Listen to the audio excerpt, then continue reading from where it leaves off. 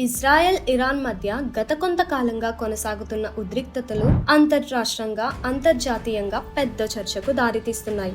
ముఖ్యంగా గాజా పట్టణం, Hamas, Hezbollah వంటి గుంపులు మరియు ఇరాన్ మద్దతుతో కొనసాగుతున్న కార్యకలాపాలు ఈ వివాదంలోకి కీలక పాత్ర పోషిస్తున్నాయి. ఇప్పుడు తాజా సమాచారం ప్రకారం ఇరాన్ సీజ్ఫైర్ అంటే కాల్పులు ఆపే ఒప్పందాన్ని అంగీకరించిందని అంటున్నారు. ఈ విషయాన్ని నెతాన్యాహు వెల్లడించారని ఒక ప్రముఖ అమెరికా మీడియా సంస్థ పేర్కొంది. అమెరికా ప్రభుత్వం ఇచ్చిన సమాచారం ప్రకారం ఇజ్రాయెల్ పైన కాల్పుల విరమణ కోసం ఇరాన్ సుముఖత చూపించిందని తెలిసింది. ఇది ఇజ్రాయెల్ వైపు నుండి ఎదురయ్యే ప్రెషర్ కి అంతర్జాతీయ ఒత్తిళ్లు కూడా ఫలితంగా ఉండొచ్చని రాజకీయ విశ్లేషకులు భావిస్తున్నారు. ఇజ్రాయెల్ ప్రధాని నెతాన్యాహు మాట్లాడుతూ సీజ్ ఫైర్ అనేది ఇరాన్ పక్క నుంచి ముందడుగని అన్నారు. అయితే దీనిపై ఇంకా అధికారిక స్థాయిలో పూర్తి స్థాయిలో స్పందన లేదు అని అన్నారు. మళ్ళీ ఎప్పుడు దాడులు జరుగుతాయో అన్న భయంతో ప్రజలు ఉన్నారు. ఇరాన్ ఇజ్రాయెల్ మధ్య శత్రుత్వం కొత్తది కాదు. 1979లో ఇరాన్ ఇస్లామిక్ విప్లవం జరిగిన తర్వాత నుండి ఈ రెండు దేశాల మధ్య తీవ్ర విభేదాలు మొదలయ్యాయి. ముఖ్యంగా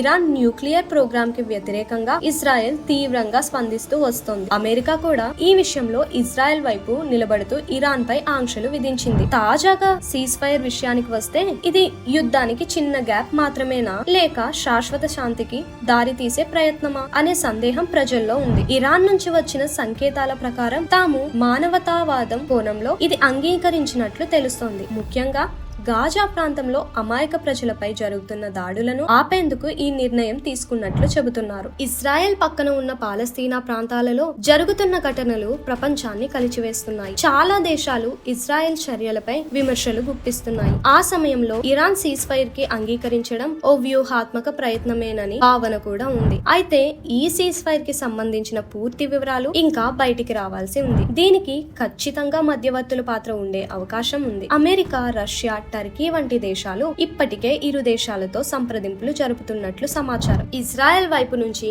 ఇంకా అధికారిక స్పందన పూర్తిగా లేదు. కానీ అక్కడ మిలిటరీ సన్నద్ధత తగ్గించలేదని తెలుస్తోంది. అంటే వారి దృష్టిలో ఇది శాశ్వత శాంతి కాదనే అర్థం. ఇరాన్ సీజ్ ఫైర్ కి అంగీకరించడం వెనుక రాజకీయ లాభ నష్టాల లెక్కుండొచ్చు. అంతర్జాతీయంగా ఒత్తిళ్లు తగ్గించుకోవడం, దేశీయంగా ఒత్తిడి నివారణ, న్యూక్లియర్ చర్చల పునఃప్రారంభం వంటి అంశాలు కారణాలుగా చెప్పబడుతున్నాయి. ఇజ్రాయెల్ పాలన కార్యధర్మాలు మరియు నెతాన్యాహు ప్రభుత్వం తీసుకుంటున్న చర్యలు గతంలో ఎన్నో వివాదాలకు కారణమయ్యాయి. ప్రస్తుతం ఉన్న పరిస్థితుల్లో సీజ్ ఫైర్ కి అంగీకరించడం అనే అంశాన్ని ప్రజలు, మీడియా మరియు విశ్లేషకులు అనేక కోణాల్లో చూస్తున్నారు. ఈ సందర్భంలో ఇరాన్ తాత్కాలికంగా సరిపెట్టుకునే ప్రయత్నం చేస్తోందా, లేకపోతే నిజమైన శాంతికి మెట్ట మీద అడుగులు వేస్తోందా అనేది ఆసక్తికరమైన ప్రశ్న. ఈ సీజ్ ఫైర్ వల్ల సాధ్యపడే ప్రయోజనాలు ఏంటంటే గాజాలో అమాయకుల ప్రాణాలు కాపాడటం, మానవతా సహాయం అందించడం, శాంతి చర్చల కోసం స్థలం సిద్ధం చేయడం, అంతర్జాతీయ ఒత్తిడి తగ్గించడం. కానీ